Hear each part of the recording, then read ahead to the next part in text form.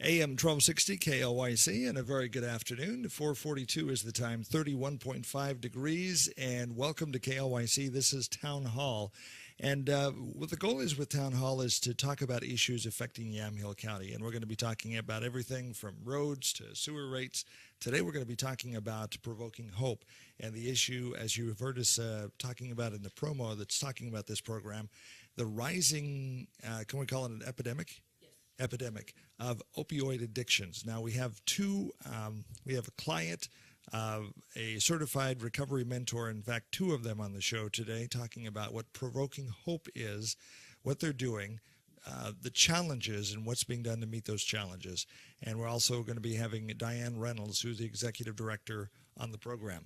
Now, we have started a Facebook page called KLYC Video on Facebook, and it's meant to showcase the video product that KLYC is doing. We are also broadcasting on KLYC Radio AM 1260. If you missed the show, want to listen to it again, you can go to the website, klYC.us.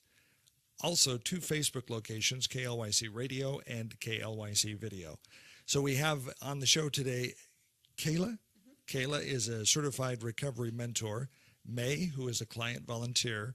We have Diane Reynolds, who is the executive director of Provoking Hope, and Ali, who is a lead CRM, which is a certified recovery mentor. So as we use these abbreviations, let's try to mention to the folks just what that means. First of all, Diane, thanks for being on the show, and talk to us about essentially what Provoking Hope is. It kind of defines itself a little bit in the name, but what do you do here at Provoking Hope? So essentially what we are is hope provokers.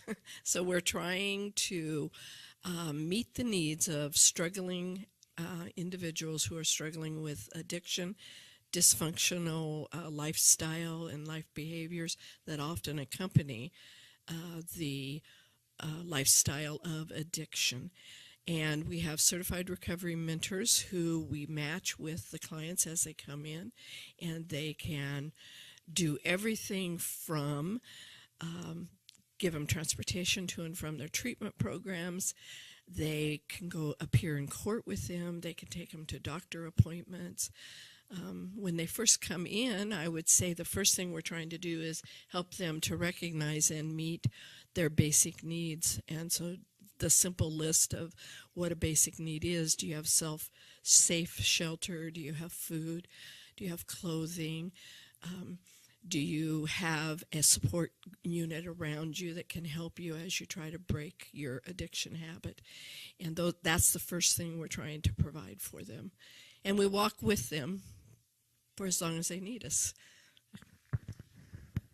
Let's talk about opioid. Now, the addiction issues that you take care of here are, do you do alcohol dependency and then drug dependency as well? Yes. So let's talk about, in the promo we talked about the rising trend of opioid addictions. I think Carrie Hall, executive assistant here, as we were booking the show, she mentioned that was something that you wanted to talk about. The rising trend, first of all, why is that? And let's just how much is it increasing? Last year, 2016, our ESPERT team, who is a specialized team to go out in the field and meet medic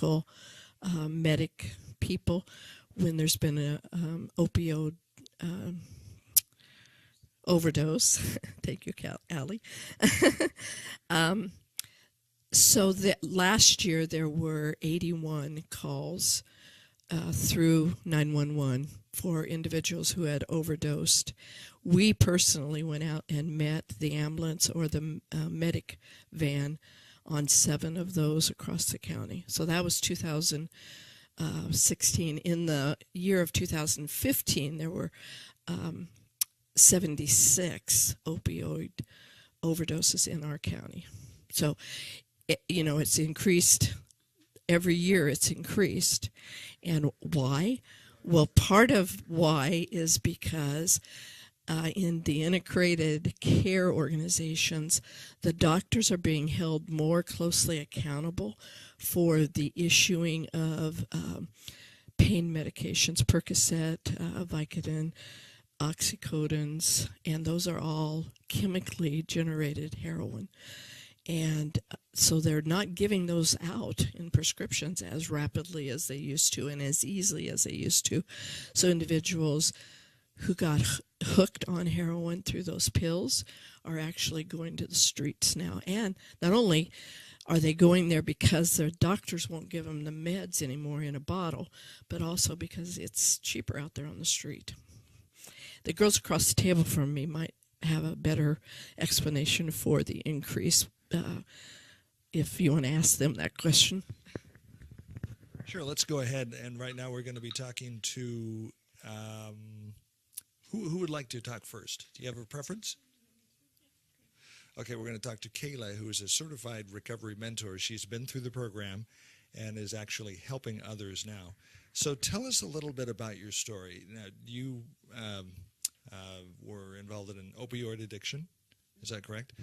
Tell us a little bit about your story, how you got involved in it, and just the backstory to kind of explain, give some definition, and explain to people what's going on out there. Yeah, I got involved through opiates at a really young age. I started through OxyContin, actually, and when I couldn't get it anymore, I went to heroin immediately. I had an opiate addiction for almost 12 years. I had a really hard battle with it, and it's a really hard thing to get away from. It's a good thing, though, because we're really starting to look at this as a disease. It's no longer just, how we used to look at it, a long time ago as that homeless person with a needle in their arm. I mean, these are kids in the suburbs. It's in high schools. It's everywhere. It's housewives. It's, everywhere. Am I too close? No, you're fine. I got a question. How did you get started? I started a few different ways, through my parents' pain medication cabinet, and then I would get dental work done, and I just kept going back to it. And when I couldn't get it anymore, that's when I picked up the needle. I picked it up very early. I'm now a single parent of a 2-year-old. I lost my son's father to an opiate overdose. So this has affected me on many, many levels. I've lost everything to it at one point. I became homeless in Portland. I lost my family, a lot of friends, and I'm now 4 years clean. And it was the hardest struggle of my life, for sure. So how you actually began was dental work, and you were just given pain medication, and then that you enjoyed it so much, or you were hooked on it, and you had to have it. Yeah, pretty much.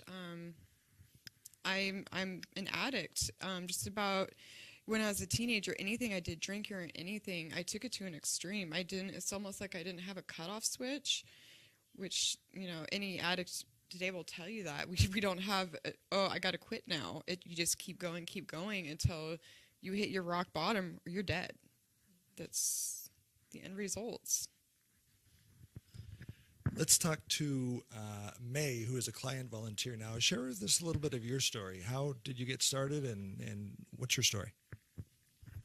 Thank you. My story starts with living in a household where drugs were commonplace. My mother used, my older brother used. I had a significantly older boyfriend who used heavily. And it started with kind of my heroin addiction, which what it was, started with watching them use and actually watching my ex overdose in front of me and being one of those 31 calls, or 81? Being one of those 81 calls that called 911 to have him be revived on 2 different occasions. And so it's like heroin was very commonplace. It was the thing to do. It's everywhere. And that's the alarming part. It truly is everywhere. And eventually, wanting to solve my pain that I was having in the living situation I was in, I just turned to it. I turned to it hard, and I didn't come back for a long time. It almost took my life. It almost took everything from me. So What do you tell people that are in the program? You're both, Kayla, you're a certified recovery mentor, and May's a client volunteer. How do you help people get off this? It's a very addictive substance, so how does it work? What do you do to help get people off this? That's a hard question. What do you do? I mean, it's a really hard question. For me, it was through my last incarceration I had enough. I had a really hard detox, and I was truly at my rock bottom. I can't say for everybody how to fix this problem, because we're just now figuring out and calling it what it is as a disease. So now we're, in the medical field, we're going to start treating it as that, and we just kind of got to start from there and advance with that, I think. And everybody's recovery is different. We can't define one's recovery. You can't. Everybody has their own story. Why is it so important to label it as a disease? Because it's being shown through studies now that once that drug hits your brain, it alters your brain forever. And that's the best way I can explain it.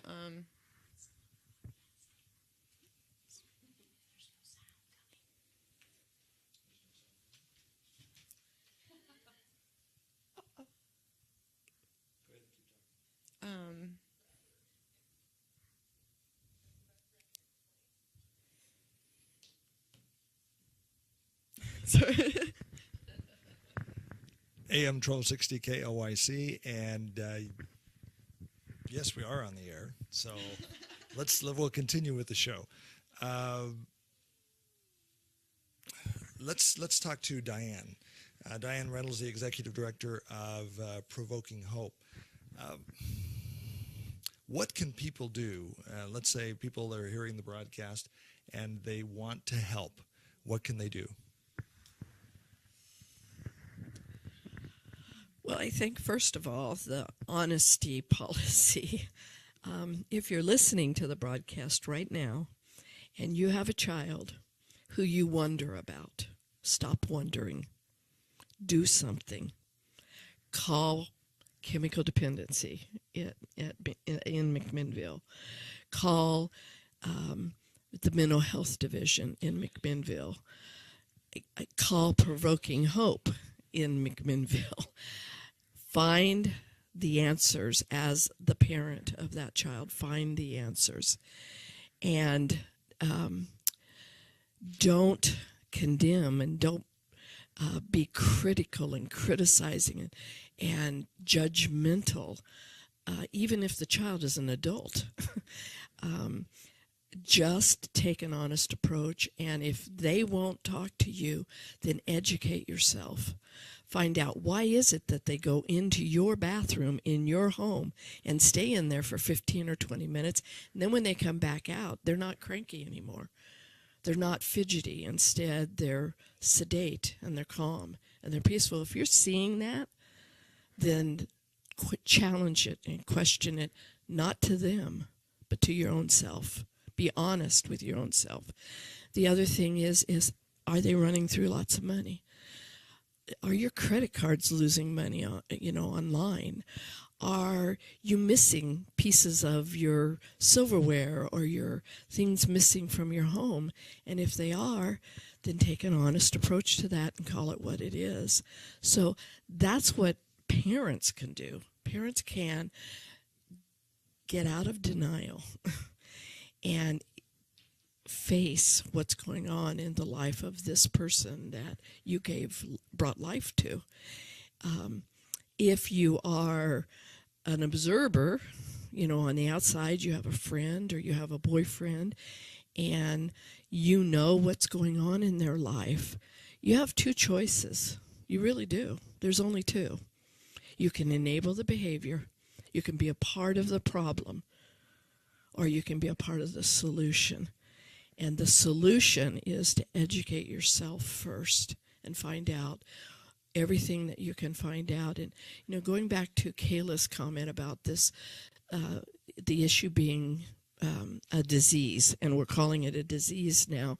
One of the things that I know is that one of the reasons heroin is so vitally strong in the addictive behaviors is because heroin goes to the brain and it numbs out a portion of the brain that recognizes pain. Whereas meth or taking a Tylenol goes to the pain, and it doesn't affect the brain and how the brain functions, which is what makes it so deadly as a disease, is that it actually alters and changes how your brain functions. Therefore, you no longer have control. You know, a lot of people say, well, why don't you just quit? Put it down, walk away. Just quit doing it. You know, like any other bad habit, just put it down and walk away from it. It isn't that easy, and they can't. They've tried. You know, I don't know how many times these two ladies individually tried. I'm sure it's multiple times that they tried. Allie, how many times did you try? Well, I tried. I made several feeble attempts. You know, opiates are not part of my story, so I can't really speak specifically to opiate addiction. I can speak to addiction as a whole in my life, and I know that I, you know, was under the grips of addiction from the time I was a child. I grew up in an addicted family. You know, I had two addicted parents. I mean, addiction goes way back in my line. So for me, it wasn't until, like Kayla said, it wasn't until I was on the verge of losing everything. My children were going to be removed from my care. My marriage was going to be over. I had nothing, and that's where I found the strength for internal change. AM 1260 KOIC. Okay, we're going to try this. One of the wonderful things you can you live and die in live radio. Sometimes things just don't work quite right, and we had a problem with our internet connection. We use the internet a lot whenever we're out doing street-level radio or we're broadcasting. When it works, it's really good, and when it doesn't, it sounds like what you've just heard, so we apologize for that. We are back on the air now. It's 5:03. We're here at Provoking Hope in McMinnville, talking about the rising trend of opioid addiction, and we do apologize for the dropout on the internet. It does look like we're solid now, thanks to Verizon. We do want to give a kudos to Verizon. We're now back on our Verizon hotspot, and we are now broadcasting here on KLYC. Here on the show, once again, let's introduce our guests. We have Kayla, who is a certified recovery mentor, May, who is a client volunteer, Diane Reynolds, who's the executive director at Provoking Hope, and Allie, who is a lead CRM. And I guess we can kind of repeat ourselves a little bit. Let's talk to Diane Reynolds, who is a director here at Provoking Hope. As we promoted the show, we talked about the rising trend of opioid addiction. Why are we seeing more and more people turning to opioids, and also define opioids for people who may not know what those are? The definition of opioid is it is a chemically created heroin. That's as simple as we can get without being a chemist. I don't understand the total concept of how it gets created, but essentially opioids are it is a pill that you take that gives you the same reaction as heroin from a baggie off the street would give you. It's used to combat pain, and it's been in use widely and has had an increasing amount of usage and pharmaceutical development, and the medical profession believing that they were helping people. So it was never anything devious or intended in it. They were just being helpful. So physicians and hospitals are there to fix your pain. And so they would give individuals medication, Percocet, Vicodin, oxycodons, which are all these chemical derivative of heroin. They would give those to individuals, not knowing or understanding the long-term effect that giving pain medication to an individual would make, and even began giving it to younger teens, middle school age, with basketball or football injuries, maybe a car accident where they had hurt themselves. So you start taking them, and what an opioid does, or heroin if you're using heroin, is it changes the course of your brain. So there's a space in our brain that tells us, I have pain, and the heroin medication goes straight to the brain and confuses the brain to believe that it doesn't feel that pain. The difference, as an example, between heroin-based pills and Tylenol is Tylenol goes to the pain. So mess with your brain. It doesn't change how your brain functions or, receives pain signals. So the opioid becomes an addiction, and you cannot get rid of the pain. And so you start out having real pain, and as I understand it from my layman's position, your brain believes that it needs that pill to not feel this pain. So one of the differences between that and, let's say, crack cocaine or meth or marijuana is that your brain gets affected by those other drugs, but it doesn't tell your brain that you hurt somewhere. And the only way to make it not hurt is to take another one of them pills. And as we've moved into the 2000s, the year of the 2000s, it's become more and more evident in the medical profession that we have created a big issue for our people in our county, in our state, not just us, but across the United States. And so we have people going to the emergency room with real felt pain, and they're there because they want a pill. They're going to the dentist because they want a pill. They're going to the chiropractor or the physical therapist because they're drug seeking.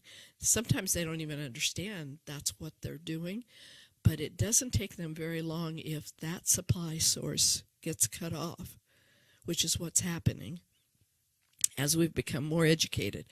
The supply source is now being cut off, and now we have individuals who, through the disease of addiction, needs to kill the pain that's in their body that they truly feel, and they'll go to the street. They'll start buying their drugs on the street corners. They'll start taking that drug into their body in any fashion, whether that's I don't know all the fashions in which they take it, but I know that they use needles. I know that they crush it up and melt it down. I know that they eat it. I know that they will take pain pads and they'll drain that liquid out of there, and then they'll use that because it has heroin in it. And it was, given to them by a doctor to put on the place where the pain is. So one of the disturbing things that makes this all important, especially to Provoking Hope, is that we've heard through legislation for our state that by the year 2018, there will no longer be any funds accessible through our CCO programs. Doctors will not be allowed to give those medications out. That means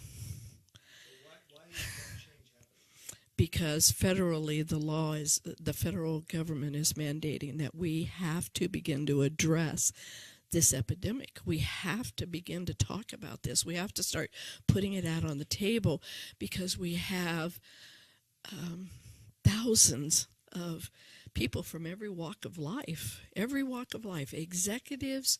So in a day in Provoking Hope, we may have a government official, a top business in our county executive, a homeless person, a 16-year-old student, a housewife, a pastor of a local church. This is something that is affecting not just homeless people, not just individuals who are 4 or 5 generations lost in addictive lifestyle, but instead it's affecting across all. It doesn't have a respecter of people. It's affecting every walk of life. And that's because physicians, in their kindness, have given medications for killing pain to individuals, and then the individual gets hooked. And then they are out on the streets. Many of them have lost families, homes, cars, everything. Their children, they're sleeping in a car, or they're sleeping in the parking garage, or, it's a devastating disease. And so at the federal level, they're understanding that now. They're understanding that we have kind of created a problem ourselves. We've done this. And so they've made these legislative decisions that at least the CCO, now that's not private doctors, but members of the CCO, the Coordinated Care Organizations, are being told that there'll be no federal funding given to them that can be used to issue pain medication that has heroin base to it. So what that means for us in Provoking Hope is, oh my word, it's not going to get better for a while. It's going to be worse, and we need to be ready. Our partners, chemical dependency and mental health, we need to be ready because there's going to be an influx of people who are suddenly bottoming out and have nowhere to go but to look up and hope that there's somebody there who has some hope to help them walk their path out of this very dark place that they've gotten to. And so that really is a reality. And I wrote that down at a pain clinic convention that I was a speaker at, that by 2018 there'll be no funds funneled through the CCOs across the nation for opioid meds. They're just going to stop issuing them. They're going to have pain clinics. So like our local CCO has a wonderful pain clinic, and you go there, and there are ways to not feel the pain, but it's through mindfulness, meditative techniques, yoga, stretching, exercise. So those are the ways that they will be working to help people learn how to manage the pain, because the pain will not leave. The brain has been changed and altered. If you've been on a long-term opiate dosage, your brain has been altered, and the brain does not heal itself. It's not like our liver, which will kind of recuperate itself. So they're creating these pain clinics, and we have an amazing one here in this county, and we support that clinic, and 2 of our CRMs go over there once a month and present to the patients who have been referred to our pain clinic in our local CCO. Well, thank you. That's so you're waiting for the other shoe to fall, so to speak. You're waiting. So when are they going to cut that off again? 2018 is when that's supposed to happen. So we have a year to build up. A year. So what does that mean for you? What are you going to do? We're going to be ready. So, we're looking at a larger space. We're actually out of space in this location that we're at. I don't know if you'd be interested in any statistics, but I've got them. We've been operating for 5 years in the city of McMinnville, and we have, in 5 years, we've had 60,000 people come through our front door. Now, not all, that's not 60,000 individual people, but we've had 60,000 people walk through the doors of our establishment in 5 years.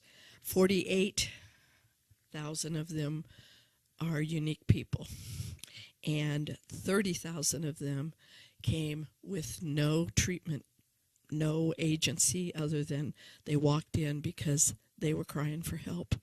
So in 5 years, 30,000 people have walked in our doors who were not in a program, were not getting treatment, and were not mandated by any government or corrections or probation officer to come here. That's our county. I call that an epidemic. I do. And out of the 30,000 who have come, who are not a part of the treatment community at large, because we're not treatment, we're recovery support.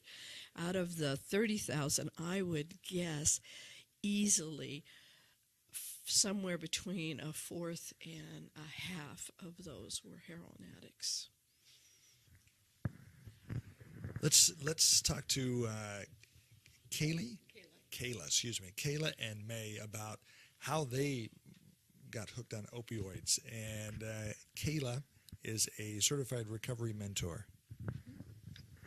My story is not uncommon. It started through my parents' drug cabinet, and it just kind of spiraled more and more. And then I'd go to like a dentist appointment, and I'd be prescribed opiates, and I started seeking them. And when I couldn't get them anymore, I went to the cheaper alternative, heroin, and it just spiraled out of control. On and off, I suffered with opiate addiction for almost 12 years, and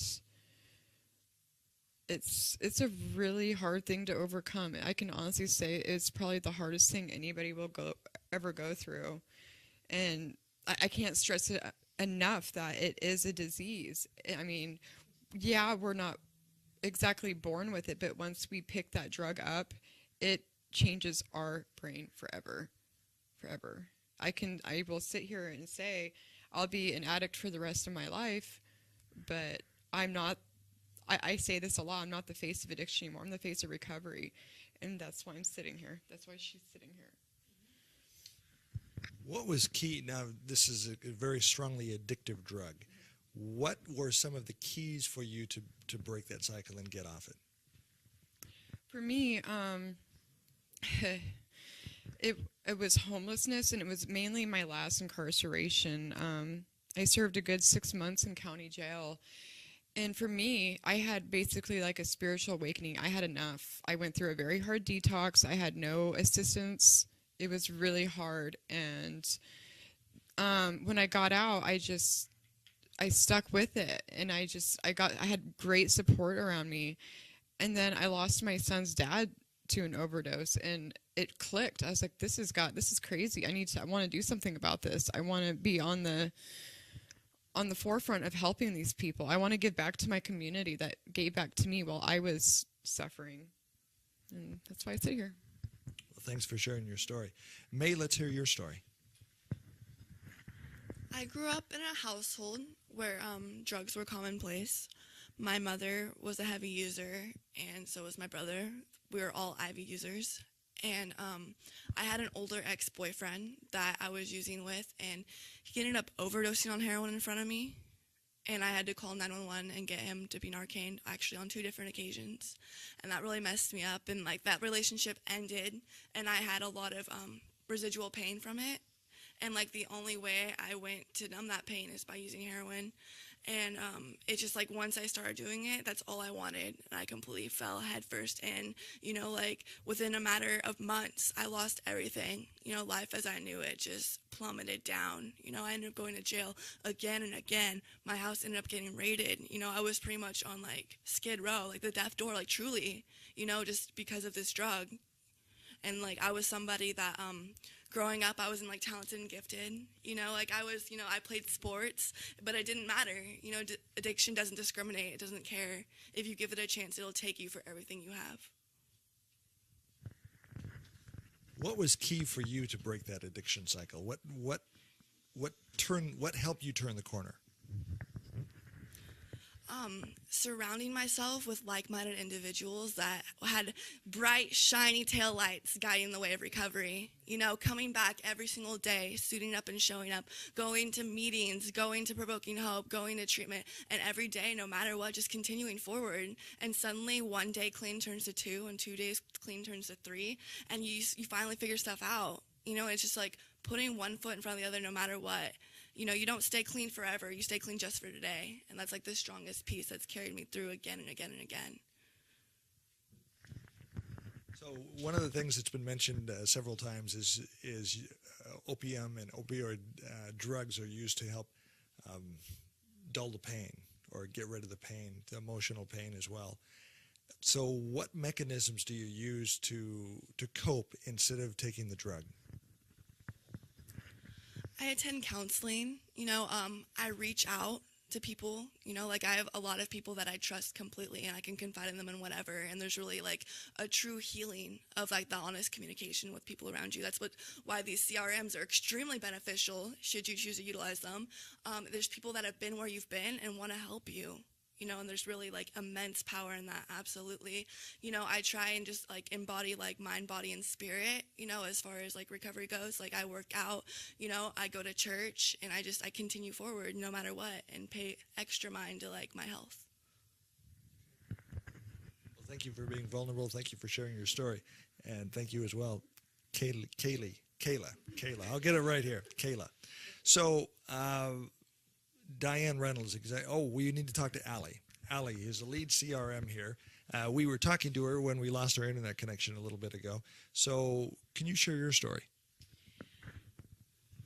I can share my story. I'm going to share it really generically because opiates are not a part of my story, but addiction is a huge part of my story. And so what I can tell anyone who's listening is that Provoking Hope was a safe place for me to be when I got clean. I got clean on the verge of losing everything. I went to jail. I was a newly convicted felon. My children were going to be removed from my custody. My marriage was falling apart. My life was in shambles. And I decided to do something about it. I didn't know what that was. I started attending 12-step fellowship.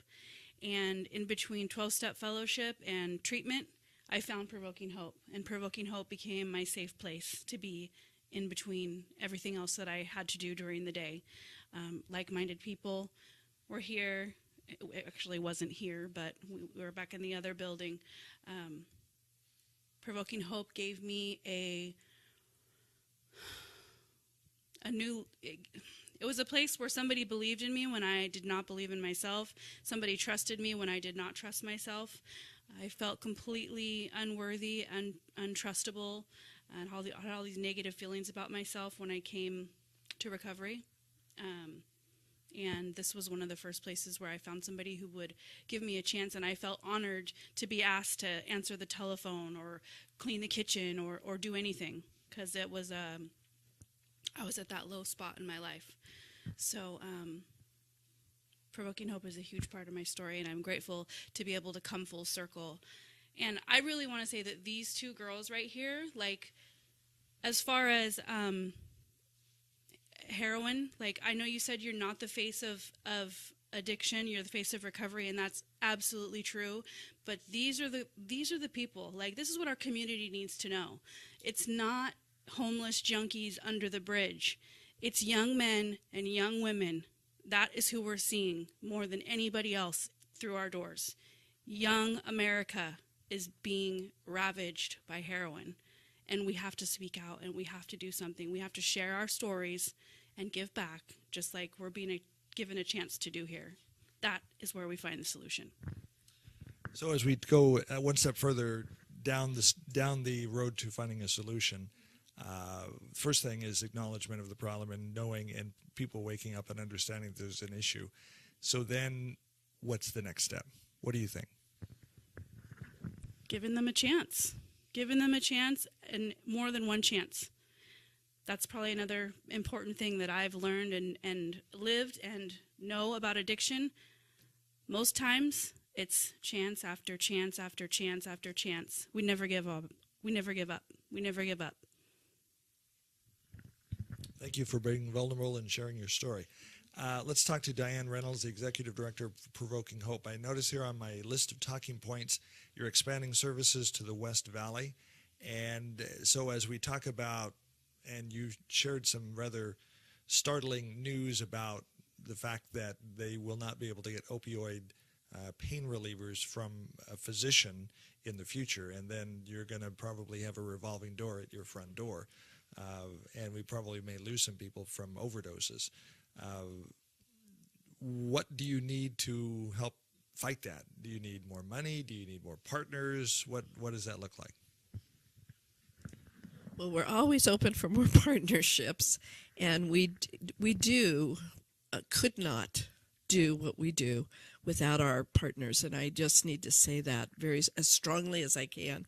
This is not a corporation. This is, I don't know, a mom and pop store kind of scenario. It started out with a dream, and the summer of 2011, standing beside the moms and dads and brothers and sisters of 17 young people who lost their battle, and burying them, helping parents bury them.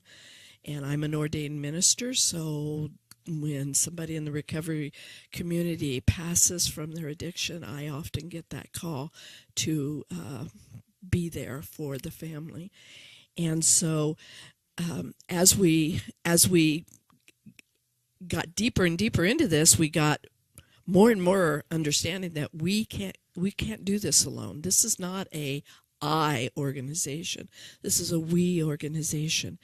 And so we made the determination that we were going to build relationships with our community providers, our government providers. So we started showing up at enhanced adult drug court, just sitting in the gallery with other people sitting in the gallery, and introducing ourselves to the individuals who were going up and standing in front of the judge.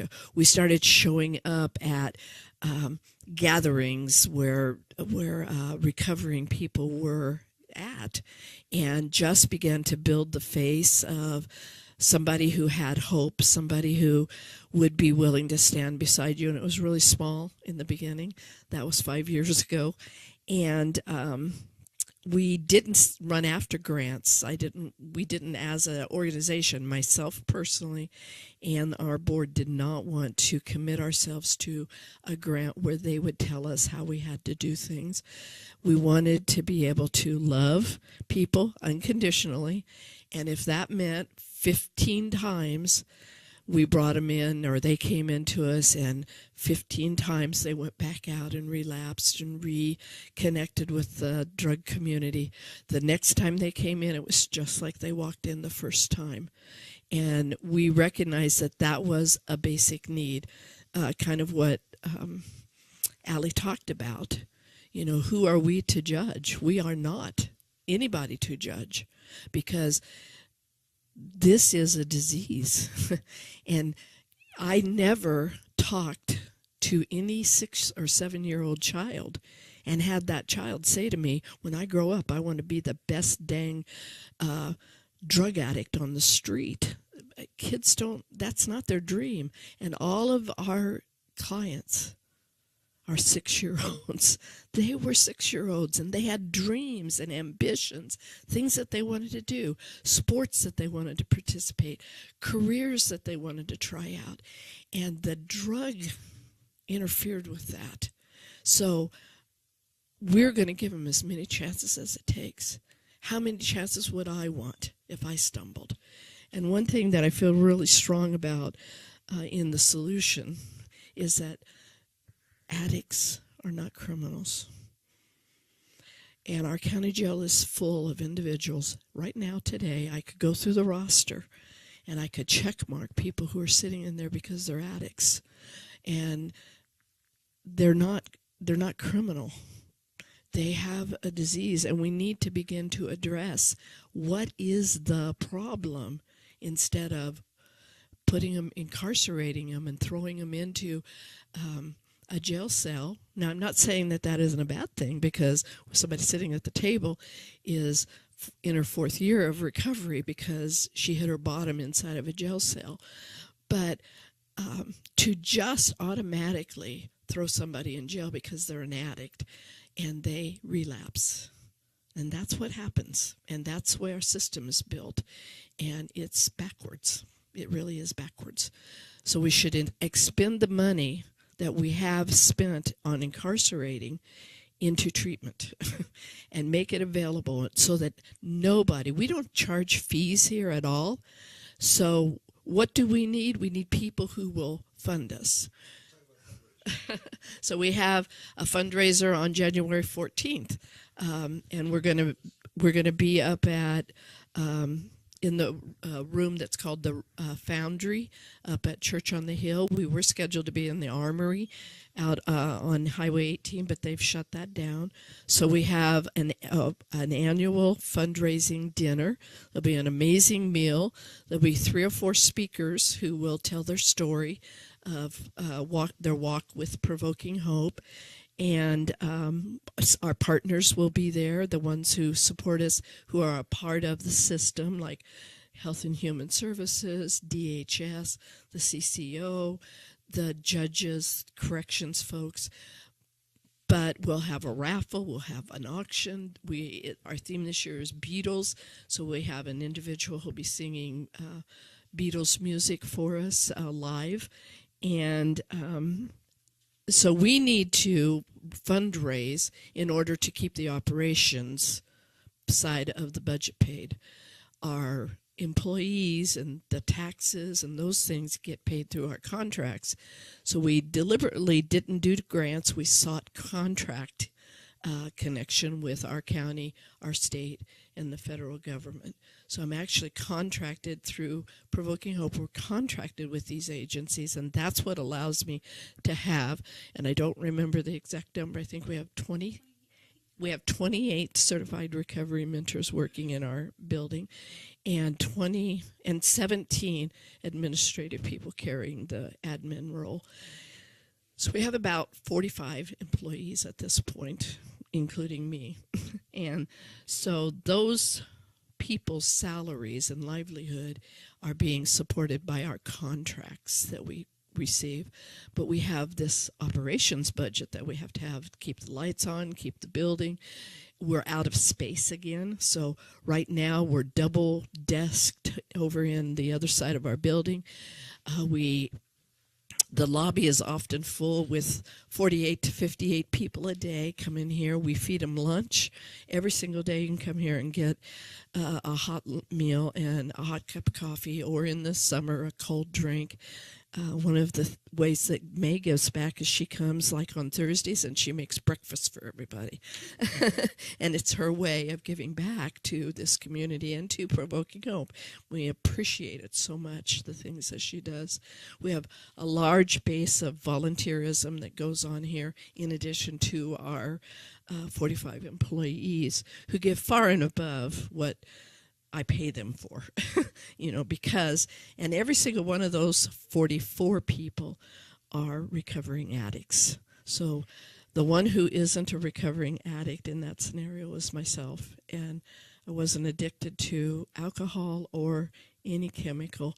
I was a addicted, codependent person who had her own journey of recovery, and from that discovered that this ability to care for people could be turned positive instead of negative, and I could actually make a difference in our community by using that in a positive way, making a negative character defect into a positive character affect in the community. So as we bring the program to a close, and first of all, thank you to everybody who was very vulnerable, shared their personal story live on the radio and live with the video camera on the internet. How can people engage with Provoking Hope to help? Now, obviously money is good, and you can tell them how to donate. But do you need people to make breakfast? Do you need people to vacuum the carpet? What do you need?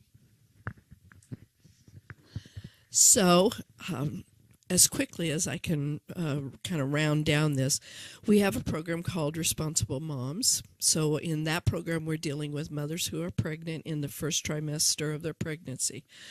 We give them a shower. We need brand new baby gifts because we want them to be able to feel like they're going to be ready and prepared when that newborn comes into the world. We want that baby to be born free of drugs, free of alcohol, but we also want that parent to be able to provide for the baby. And so we have a closet that we could take donations, and people do donate. We've had many donations of infant clothing, baby blankets, everything that you would present to someone in a baby shower. We have a program called Responsible Dads. Often in our society, dads are disenfranchised, and that's because society thinks moms are the best fit for the baby to raise the baby, but that isn't always the case. Sometimes the dads are more ready than the mother is. And so we have a dad's program, and those guys get together, they support each other, they're in various stages, and so for them, things like the journals, so they meet on a weekly basis, things like their journals could be donated. They do a celebration when they graduate from the program, so they have pizza, so an organization or a family could take on that celebration and provide everything that's needed for that graduation program. We have a clothing closet, because a lot of times when we have individuals who come out of jail and walk across the street over here. They have a little baggie. They've lost everything. They don't have an ID. They don't have a driver's license. They don't have a wallet. They don't have any money. They don't have a Social Security card anymore. They don't have any clothes. And whatever condition they were in when they were taken into custody, that's the condition they're released. So a lot of times they may have one shoe on and one shoe off. They may have their pajamas on, and that's all they have now is their pajamas. It would be dangerous to go back where they were arrested at. So we have a full closet that we have available for our clients to be able to go in there once a week and shop in the we have the community impact team, which provides hygiene kits. So anything that you would put in a hygiene kit could be a project for an organization or a family. Blankets, white socks, gloves, wraparound scarves, hats. I think that's, that's something that the community, so that team is called the Community Impact Team. And then we have these meals that we provide, and it's a hot meal that's done in a crock pot. So we have one agency who we partner with here in our city that brings over frozen meals in a gallon baggie. We put it in our freezer, and then we get them out the night before, defrost them, and they go in the crock pot tomorrow morning for warmed up and to be warmed by noon. And sometimes we'll do 2 or 3 crock pots of food. It just depends on how many people come in. So any organization that wanted to take, like one month out of the year, and they would be the provider of those meals, peanut butter, jelly. So there's always a loaf of bread, and loaves of bread. So there's always a loaf of bread, a jar of peanut butter, a jar of jam over in the kitchen area. So people who wander in before or after lunchtime can get a sandwich. So those are some things that individuals can do to help. We're always wide-armed, open to individuals who want to come in and, as you said, vacuum administratively. we stay real tight with the admin hours, the full-time employees, because I promised my contractors that the money will mostly go for direct care, and so I am a pretty strong advocate to keep our admin percentage pretty low, which means we rely on our volunteers to help us with the administrative things like making packets and making copies and things like that. So anybody can come and fill an application out and volunteer to be. We need help with the closet. We need help with in the summer months. We do car washes. The other thing that I haven't mentioned is we have a compassion fund, so it's set up for our clients, and we fund that with car washes. So every other Saturday in the summer months, our volunteers and our clients go to a parking lot and they work together for from like 10 until 3, washing cars all day long and collecting donations. So making sure you get your cars to the car washes, coming and helping and volunteering, purchasing the equipment and the shampoos and things like that we use up in that aspect. That money then goes into savings, and that's what allows us to get people their birth certificates, their organ ID. We can give somebody a brand new pair of shoes if they get a job. What are some other things we give through that fund? Sometimes if it's non-narcotic medication, but it's required for their treatment program, we'll purchase their meds for them, and until they can get established with insurance. Yes, pay for somebody's CRM training. We do things like that, and that money really comes to us through these car washes. So, so physically supporting that by being at the car wash. We have to feed them. It's usually about $50 to feed the people who come and help us. So those are some ways. 503-895-0934, and we're located at 213 Northeast 10th, right on the corner of Baker and 10th. At least temporarily, we're looking at a new location maybe by the middle of this year, 2017, a bigger space. Well, we've heard some very emotional, very, very honest stories today. Thank you very much for being with us on KLYC Broadcast and KLYC Video Online. You'll be able to watch this video again. We're going to do some editing. We apologize for the internet miscues we had earlier today, but thank you for being with us on the program. If you're looking for an organization to get behind and support, I would suggest to you might want to consider Provoking Hope. So thank you for being with us today.